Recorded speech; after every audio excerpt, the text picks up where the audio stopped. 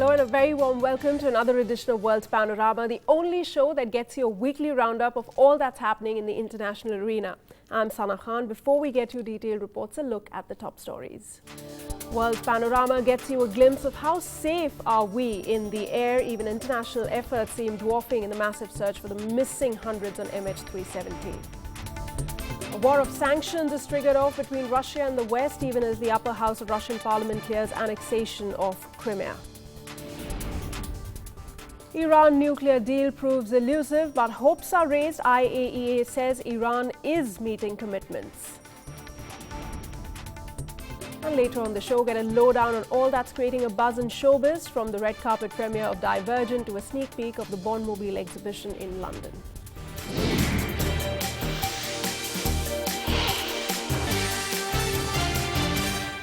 Our top story. The international team hunting for Malaysian Airlines flight MH370 in the southern Indian Ocean has not turned up anything so far. Aircraft and ships have renewed a search in the Andaman Sea between India and Thailand, going over areas that have already been exhaustively swept to find some clue to unlock one of the most inexplicable mysteries in modern aviation. The Boeing 777 went missing almost 2 weeks ago off the Malaysian coast with 239 people on board. Now, it is every nervous flyer's worst nightmare as well, a flight gone AWOL with no explanation and no way of contacting those on board. What if the airplane is never found? In reality, however, there are enough security procedures, experts say, in place and hoops for passengers and staff to jump, though, to mean that stepping on board an airplane is very safe. In fact, according to UK's Civil Aviation Authority, you are 15 times more likely to be hit by lightning than to die on a plane.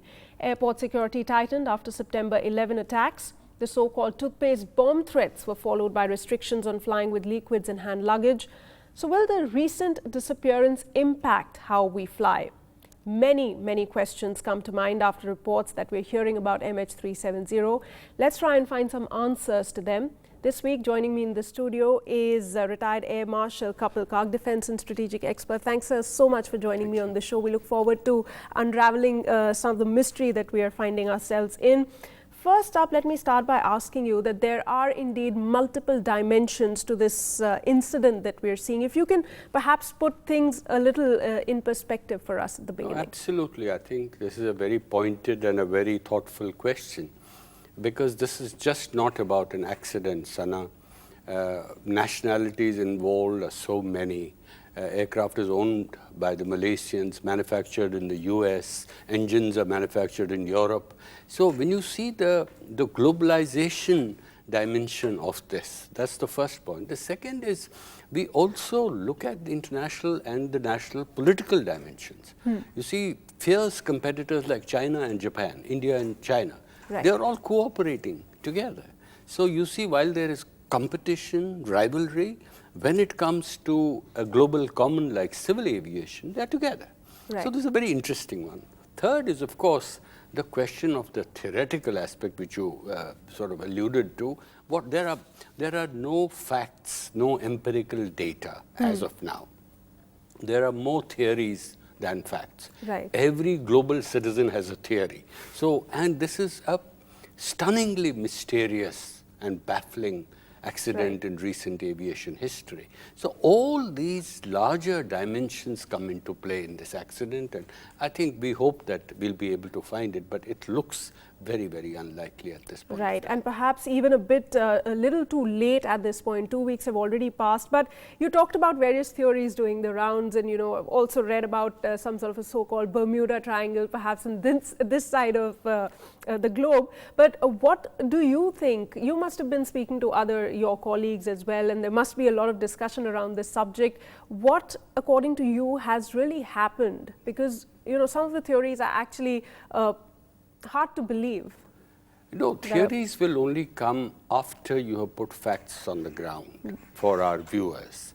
The facts are it took off safely. The facts also, it reached its cruising altitude and reported all was normal. He was going to change to the Malaysian air traffic control. And that's where the who done it, why done it, who done what comes in. So 1 hour later, all communications was cut off and there was no way one could know where the aircraft Now, communications is ACARS, which is a automatic transmission of data about the aircraft, which is transmitted globally. It's also got an aircraft condition monitoring system, element of ACARS. ACARS has been switched off, but the ACMS, the aircraft system, condition system in maintenance terms, that cannot be switched off in the air. Okay. That is what has provided us the lead that the engines were functioning for 6 hours. Now, this lead is reasonably credible because that defines the arc. Okay. That can't give you the exact position where the aircraft was. It only says engines were running, and they were running reasonably well. What is completely baffling and inexplicable is it's turning west after. It was supposed to go north-northeast to Vietnam. It has turned west back towards the Malaysian peninsula, and thereafter touched a position close to the Malacca Straits, and the last position is north of Malacca Straits. Okay. Now, here is where the multiple theories come in. Was it hijacking? Was it sabotage? Right. Was it pilot-induced, disappearance in terms of moving away from the track, which is a very reasonable theory. At least that's what the Malaysians give the world to believe. So you're saying that the simulator that they're now working on, that could actually give us some sort of lead as to, did the pilot actually have any, was he adept to landing in any of the airspaces around that particular area? Was he practicing something before he took off that day? That is the mysterious part of it. It was a very professionally outstanding pilot. Now, one theory, quickly, just 3 or 4 theories. One theory is the pilot did this, that there was a deeply psychotic negative impulse in his mind. Right. That he has either disabled the other pilot or both pilots have done this together, whatever be the cause, if it's pilot-induced. But then the problem arises, what was their motive? That is where you get into the black hole. Yeah. What is the motive? Everyone understands, okay, pilot has been psychologically sort of, to use a strong word, deranged temporarily to do this terrible thing to cause the death of 239 people, including his own. But the question is, and this is the vital question, why did he do it? If he had to ditch into the sea, what was wrong with South China Sea? Right. Why should he fly 6 hours? Now, this is a mystery. The second theory is that there's probably been a fire in the air. And that's how these transponders, the ACARS and everything switched off. Or they isolated it so that that was where the fire was. And then they have, this was a attempt to land back at Langkawi, because there are 8,000 feet hill ranges on approach to Kuala Lumpur, and they has probably tried to make a landing in Langkawi, but then why should he fly for 6 hours? That is the added. So, I mean, there are theories like the Americans have used a remote, technology to fly to Diego Garcia. There's a theory the aircraft is in Afghanistan. Of course, that's completely absurd. This aircraft needs the point the viewers need to understand, this aircraft has not landed anywhere. That's for sure. Because the world would get to know. There are no airports which are under the control of terrorists. You need an airstrip at least 4,000 meters long for this aircraft to operate.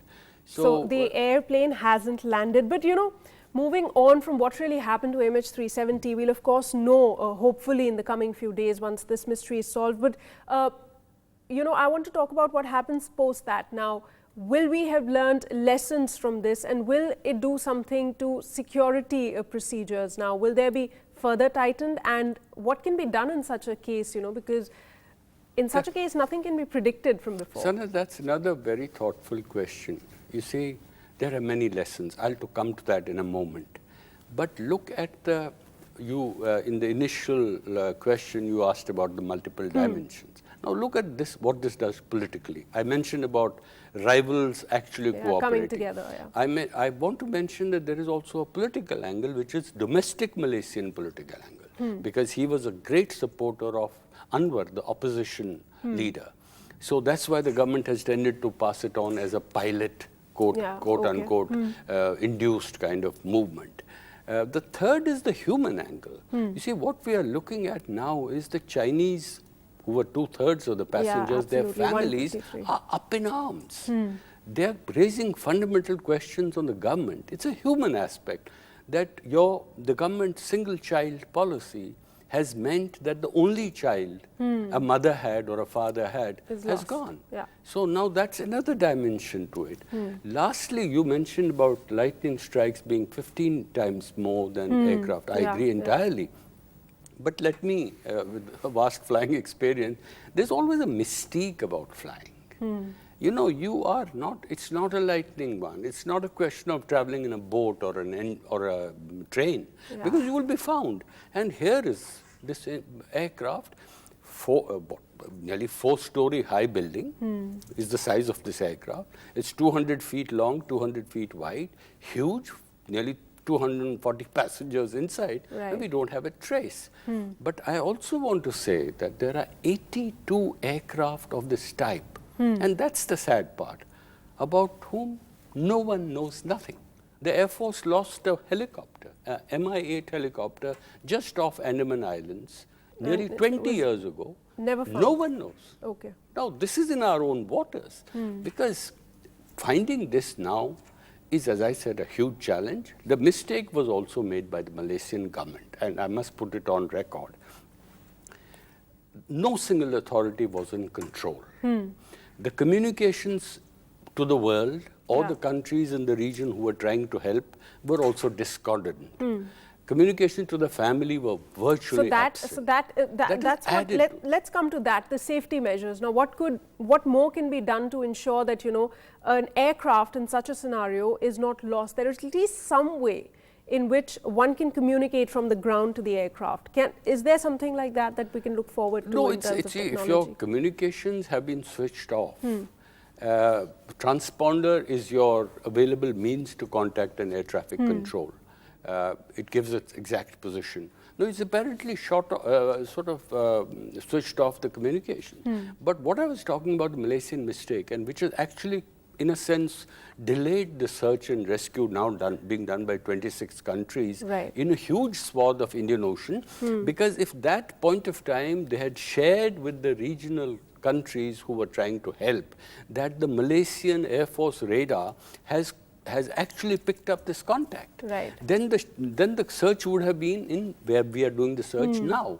Whereas what actually happened, Sana, for a week, the search was in the South China Sea in the or wrong Gulf place. of Thailand, in the wrong place. So Time we lost has been a week. wasted. And that week was And vital. perhaps the debris that was spotted now could have been located earlier, which they now believe that it's sunk and there's no way one can find it. The visibility also is very poor. But that does raise some very crucial questions about the safety measures, and hopefully we'll be talking about that in another edition. But for today, thanks so much, sir, for joining me on the show and sharing those crucial thoughts with our viewers. Thank you, Sana. With that, we're taking a very short break. Up ahead, other world news, also the latest from Ukraine. A Russian upper house has approved the annexation of Crimea, and a historic deal is signed. I'll be right back.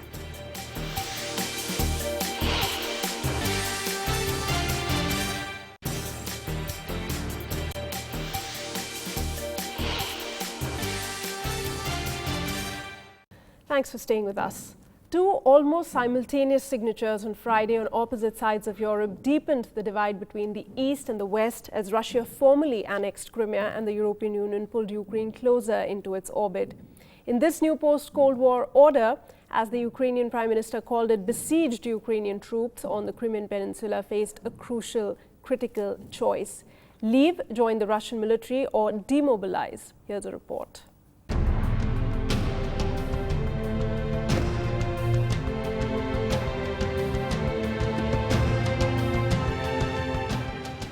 Taking Crimea a step closer to joining the Russian Federation, both houses of the Russian parliament on Thursday overwhelmingly approved a treaty to annex Crimea from Ukraine. Решение о принятии Республики Крым в Российскую Федерацию основывается на свободном волеизъявлении многонационального народа Крыма в ходе референдума 16 марта сего года. Это решение соответствует международному праву, включая закрепленный в качестве цели ООН в ее уставе принцип суверенного равенства и государств и права народов на самоопределение. The move comes as European Union leaders signed a landmark agreement on closer relations with Ukraine. The EU Association Agreement is designed to give Ukraine's interim leadership economic and political support. The EU signed the deal hours after announcing more targeted sanctions. The first, it is symbolic and de facto supports Ukrainian people and its government, politically, economically, that we are behind and with them, and European Union is ready to help Ukraine every day ahead. EU added 12 individuals to an earlier list of 21 who now face asset freezes and travel bans. The US added 20 names to its sanctions blacklist, including Russian billionaires as well as Putin's chief of staff. Russian Foreign Minister Sergei Lavrov termed the international sanctions absolutely unlawful. В любом случае, они знают, что санкции для нас абсолютно неправомерны. Они приведут лишь к созданию искусственных и ненужных барьеров на пути нормальных контактов, на пути нормального общения. Наша позиция в этом отношении не меняется. Ukrainian soldiers are now preparing to leave Perevalnoye military base as Russia completed the final step of a legislative process to absorb Crimea. Bureau Report, Rajya Sabha TV. Iran and world powers completed what both sides called a substantive round of nuclear talks, with Iran's foreign minister saying he saw signs a comprehensive deal will be reached. The next round of talks, part of a series aimed at resolving for good the decade-old standoff and silencing talk of war, will again be held in Vienna, preceded by an experts meeting that's on between April 3rd to 5th.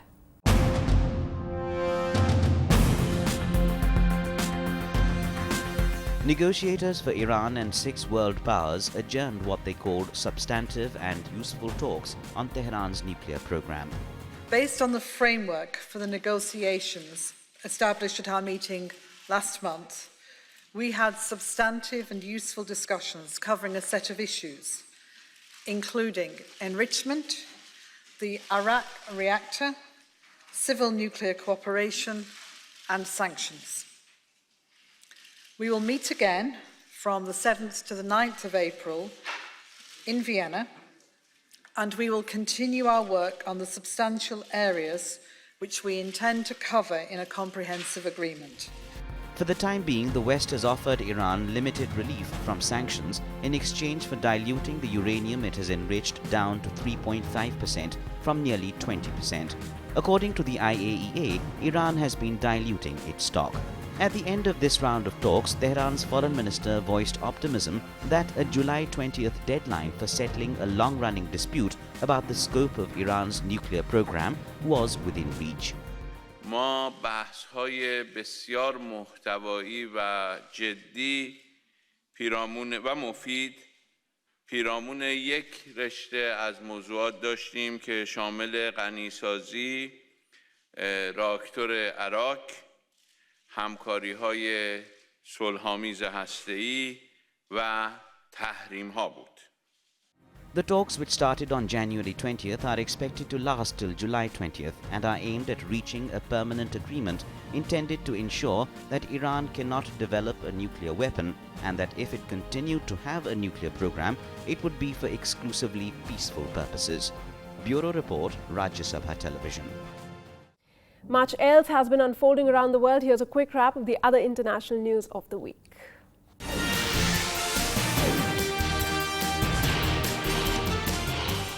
Thousands gathered at a historical shrine in the northern city of Mazar-e-Sharif on Friday to celebrate the Afghan New Year. While the day is observed across Afghanistan, people started flocking to Hazrat Ali, the 4th Caliph of Islam, early in the morning to witness the flag raising which marks the start of the new year. The celebrations come amid violence in parts of Afghanistan. Taliban gunmen killed 9 people, including 4 foreigners, in an attack on a luxury hotel used by United Nations staff in Kabul on Thursday. The assault on the heavily fortified Serena Hotel was the latest in a string of bold attacks by the insurgents seeking to spoil a presidential election on 5th April. A day earlier, Taliban fighters killed at least 11 people and wounded 22 in a suicide bomb attack and a gun battle at a police station in Afghanistan's eastern Jalalabad city. Turkey's courts have blocked access to Twitter days before elections as Prime Minister Tayyip Erdogan battles a corruption scandal that has seen social media platforms awash with alleged evidence of government wrongdoing. The ban came hours after a defiant Erdogan on the campaign trail ahead of key March 30th local election vowed to wipe out Twitter and said he did not care what the international community had to say about it. European policymakers agreed on Thursday to complete a banking union with an agency to shut failing Eurozone banks, But there will be no joint backstop for a fund to pay the cost of closures. The breakthrough ends an impasse with the European Parliament, which persuaded Eurozone countries to strengthen the scheme. Japan and North Korea agreed to resume high-level government talks over Pyongyang's nuclear and missile programs and the issue of Japanese citizens abducted decades ago after a hiatus of more than a year. The agreement was reached between junior-level officials meeting on the sidelines of talks between Japanese and North Korean Red Cross. A schedule has yet to be decided for the high-level talks. Rebels seized a prison outside the city where Syria's uprising began 3 years ago this month and freed dozens of inmates. They took control of the Gharaz Central Prison on the outskirts of Deira near Syria's border with Jordan after fighting off President Bashar al-Assad's forces. US First Lady Michelle Obama arrived in China on Thursday for a week-long visit that will avoid politics and focus on education and people-to-people contacts. Obama's schedule includes a speech to Chinese and American students at Peking University and a visit to the cities of Xi'an in the west and Chengdu in southwest. She's traveling with her mother and 2 daughters.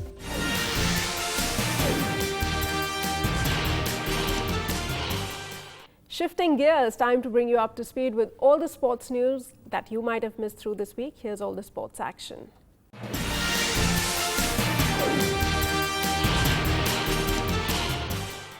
Tiger Woods withdrew from the Arnold Palmer Invitational on Tuesday because of persistent pain in his back, creating even more uncertainty for golf's #1 player, with the Masters only 3 weeks away. Woods had to withdraw after 13 holes of the final round at the Honda Classic 3 weeks ago because of what he called back spasms and pain in his lower back. The Masters, which is from April 10 to 13th, is the only major Woods has never missed. Robin van Persie's hat-trick lifted the gloom surrounding Manchester United and manager David Moyes as the English side beat Olympiacos Piraeus 3-0 to overturn a 2-0 first-leg deficit and reach the Champions League quarter-finals. United mounting a dismal defence of the Premier League title in Moyes' first campaign since replacing Alex Ferguson, kept alive their last remaining hope of lifting a trophy this season. A police ballistics expert at the murder trial of South African Olympic athlete Oscar Pistorius on Wednesday rejected the athlete's assertion that he fired 2 sets of rapid gunshots when he killed his girlfriend, testifying that her wounds made such a claim impossible. Captain Chris Manjana, a prosecution witness, testified that 2 sets of very rapid gunshots would have resulted in Steenkamp being struck in the waist, where the first gunshot hit her by all the shots. Wimbledon champion Andy Murray has split with coach Ivan Lendl after 2 years. Murray, who won his first Grand Slam under Lendl's guidance at the 2012 US Open and became Britain's first men's singles champion at Wimbledon for 77 years, has had a disappointing start to the year after returning from back surgery. Novak Djokovic beat his old rival Roger Federer 3-6, 6-3, 7-6 to win a nail-biting BNP Paribas Open final at Indian Wells and capture his first title of 2014. The Serbian overcame a shaky start when he dropped his opening service game, then survived a nerves finish when he failed to serve out the match at the first attempt before finally sealing victory in the tiebreaker. The thrilling victory gave Djokovic his 3rd championship in the Californian Desert Tournament and lifted his career tally to 42 titles.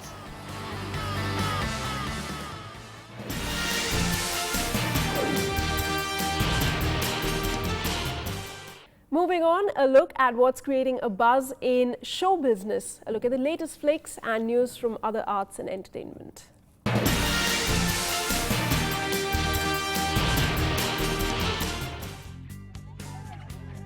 Stars Shailene Woodley, Theo James and Kate Winslet lit up the red carpet to the tune of screaming fans at the Los Angeles premiere for their latest film Divergent. Have to hide inside a faction to survive.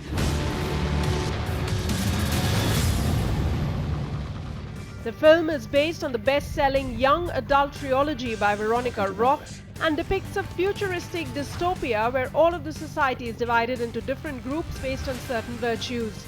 Divergent will hit theaters in the US on 21st March. She's gonna kill me. It's on her 16th birthday. A new trailer featuring actress Angelina Jolie as the title character in Walt Disney Pictures' Maleficent was released Tuesday. I had wings once. They were strong, but they were stolen. The eerie and darkly lit preview features a pale-faced Jolie playing the famed evil villain in the Disney live-action retelling of Sleeping Beauty, with icy green eyes and bright red lips hiding behind a cape, with hair hidden by tightly wrapped leather horns, terrorizing the young Princess Aurora, played by actress Ellie Fanning. Bring me her head. I call on those who live in the shadows. Fight with me now! The cast of Game of Thrones stepped into reality to attend the hit fantasy show's red carpet premiere in New York. Over 30 actors from the show walked the red carpet to celebrate the highly successful series' 4th season debut. And you'll know the debt is paid. Sooner or later, Cersei always gets what she wants. Season 4 of Game of Thrones airs on HBO on April 6th. They can live in my new world. Fashion designer Loren Scott, the girlfriend of Rolling Stone singer Mick Jagger, was found dead in her New York apartment on the 17th of March from an apparent suicide. Scott, a former model whose timeless style, modern, classic and sexy fashions were favorites among A-list Hollywood stars, such as Nicole Kidman, was found hanging from a scarf in her apartment.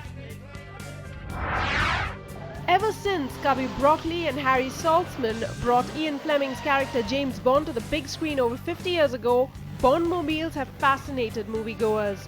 Bond in Motion at the London Film Museum in Covent Garden features iconic cars like the Aston Martin DB5 from 1995's GoldenEye, as well as other treasures such as the Auric Goldfinger's Rolls-Royce Phantom 3 from 1964's Goldfinger.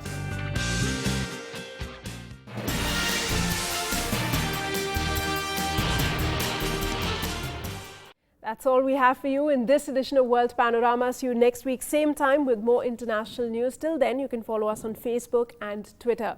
As I sign off, take a look as about 1 million spectators, mostly dressed in green, streamed into New York for its annual St. Patrick's Day parade. The New York parade, the largest St. Patrick's Day parade in the world, has around 150,000 march up a 2.4-kilometer stretch of the city's iconic Fifth Avenue during a 5-hour procession. Goodbye.